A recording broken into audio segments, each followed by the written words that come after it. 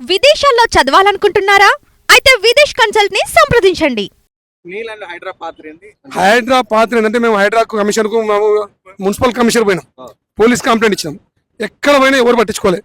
ఏదో ఓ రోజు మాకు మంచి రోజు రాకపోతుందా అని మేము ఆలోచనలో ఉన్నాము. ఈ డిమాండ్లు చేస్తుంటే మేము కూడా ఓ రోజు హైడ్రా కమిషన్ సంప్రదించడం జరిగింది. ఒక 5-6 మంది సార్ ఇట్లా ఆయన retired MRO, retired RTO, retired collector అందరితో పిలిపించి ఈ సెర్చ్ చేయండి అని ఒక పేపర్ రాపిచ్చి టోటల్ రాంగ్ సార్ వాళ్ళది సమ్మిరెడ్డి బాలెటి కబ్జా దోరైనా అని చెప్పని తేలింది. ఇమీడియట్లీ 1 వీక్ 10 days లోపట్టి అది మొత్తం డిమాలిష్ చేసిండు. ఇప్పుడు మళ్ళీ హైకోర్టు పోయాడు. ఇప్పుడు మా బాధ ఏంటంటే హైకోర్టు పోతే సామాన్య మానవుడు హైకోర్టు పోయే పరిస్థితి ఉందా? ఏ రోజుల్లో అసలు బతకడమే కష్టం. హైకోర్టు పోవాలంటే మినిమం 2-3 లక్షలు లేని లాయర్ ఫీజు లేని కట్టలేము సార్ మేము. అందుకే హైడ్రా వాళ్ళు ఏం చేయాలంటే మా పోలీస్ స్టేషన్ ఏర్పాటు చేసి హైడ్రా వాళ్ళు న్యాయం చేసారు. హైడ్రా పోలీస్ స్టేషన్ ఏర్పాటు చేసి మా ప్లాట్లు మాకు ఇప్పించి న్యాయం చేస్తే ఈ జన్మకు సాలిగా మళ్ళీ మేము ప్లాట్ కూడా కొనం. ఎందుకు కొనం? మనం ఇలాంటి కబ్జాదారులు వచ్చినాక ఈ చట్టాలు ఇట్లా ఉన్నాక ఏం కొంటాం సార్? కొని మనం మేము భూమి మీద పీస్ఫుల్గా బతకడానికి వచ్చాం. ఇలాంటి కాంట్రవర్సీ వస్తే మామూలు మానవుడు తట్టుకోగలుగుతారా? లీడర్లు, ఎమ్మెల్యేలు, ఎంపీలు అంతా ఎగబడి తింటున్నారు. సో ఇలాంటి కబ్జా కోర్ల కోసం హైడ్రా వచ్చిందని అంటారు కదా. సో అలాంటి హైడ్రా పైననే చాలా మంది తిడతా ఉంటారు కదా. హైడ్రాను తిట్టే హైడ్రా ఇస్ కరెక్ట్ సార్.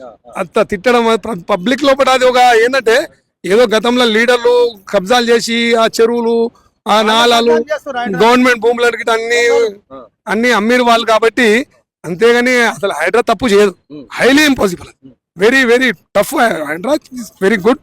మంచి చట్టం అది, కొత్త చట్టం. నేను అనుకుంటా ఓసారి ఫారిన్ లో వచ్చిన చట్టం వచ్చిందేమో అనిపిస్తుంది. ఫారిన్ లో కూడా మా అబ్బాయి దిగంగానే డాడీ ఇక్కడ చట్టాలు స్ట్రిక్ట్ ఉంటాయి అన్నాడు. వెన్నులో వణుకు పుట్టాలి ఇప్పుడు కబ్జాదారులకు. హైడ్రా వచ్చిందంటే ఎవడన్నా కబ్జాదారు కబ్జా చేస్తే వెన్నులో వణుకుగా చుచ్చు పాయింట్ తడవాలి. అది ఇప్పుడు కబ్జా చేయమని ఎవరు చేస్తాడు? చేయలేరు. అది చాలా 1 వీక్ సార్. అది మొత్తం నీకు 2-3 days ఒక ల్యాప్టాప్ ముంగట కూర్చొని మొత్తం మన అంతా స్టడీ చేస్తారు వాళ్ళు. రిటైర్డ్ ఎంప్లాయీస్ అంతా ఎంఆర్ఓ అని, ఆర్టీఓ అని, కలెక్టర్ స్టడీ చేసిన తర్వాత దాన్ని పూర్తి వివరాలు తెలుసుకున్న తర్వాతనే ఆయన స్టడీ చేస్తారు. మళ్ళా పిలిపిస్తాడు. ఏమైనా కమిషనర్ ముందా పర్మిషన్ లేదు, ఏమైనా ఎంఆర్ఓ రికార్డు ఉందా లేదు, ఏమైనా పట్టాబుక్ ఉందా లేదు, ఏమైనా పాస్బుక్ ఉందా లేదు, ఏమైనా పానీ ఉందా, ఏది లేదు. మరి ఏది లేదు, నువ్వు ఎట్లున్నావు? నీ మీద కేసు బుక్ చేస్తా. Your illegal occupied. Immediately next day demolish. Next డేనే నువ్వు చూపిస్తావా? ఇప్పుడు చూపి. ఆయన ఏమన్నా శ్రీశైలం ఉన్నాడు సార్, మా అన్న శ్రీశైలం ఉన్నా, లొకేషన్ పెట్టాను. అర్ధ గంట వరకు వచ్చిండు.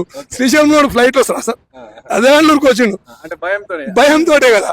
ఇప్పుడు నువ్వు యథార్థంగా ఉన్నప్పుడు, కరెక్ట్ ఉన్నప్పుడు ఎందుకు రావు? నేను శ్రీశైలంలో ఉన్నా, నేను తిరుపతిలో ఉన్నా చెప్పడం ఎందుకు? లొకేషన్ పెట్టమన్నాడు ఆయన కమిషనర్. లొకేషన్ పెట్టమనగానే వీడు కళ్ళు, అలా కొడుకులు కళ్ళు తిప్పేసిరు. ఇది కరెక్ట్ కాదు, వస్తే రమ్మను, లేకపోతే రేపు మార్నింగ్ డిమాలిష్ అయిపోతాను అంట. కల అర్ధ గంటలో వచ్చేసిండు. వచ్చి ఇక ఏవో కాగితాలు ఏవో చూపించిండు. ఆయన ఒప్పుకోలే.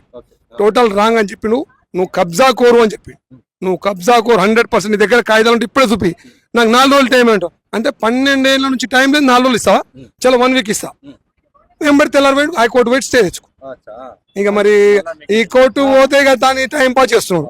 ఇంకా కోర్టు అంటే టైం పాస్. ఇంకా ఇద్దరు కొట్లాడితే 3 రోజులు లాభం. అది అన్ని తెలిసిన విషయమేనా? మనం ఇద్దరు కొట్లాడితే 3 రోజులు లాభం. ఇక నేను ఫీజు కట్టాలి, నువ్వు ఫీజు కట్టాలి, టైం పాస్ చేయాలి. సుమన్ టీవీలో మీ పర్సనల్ అండ్ బిజినెస్ ప్రమోషన్స్ కోసం కింది నెంబర్ కి కాంటాక్ట్ చేయండి.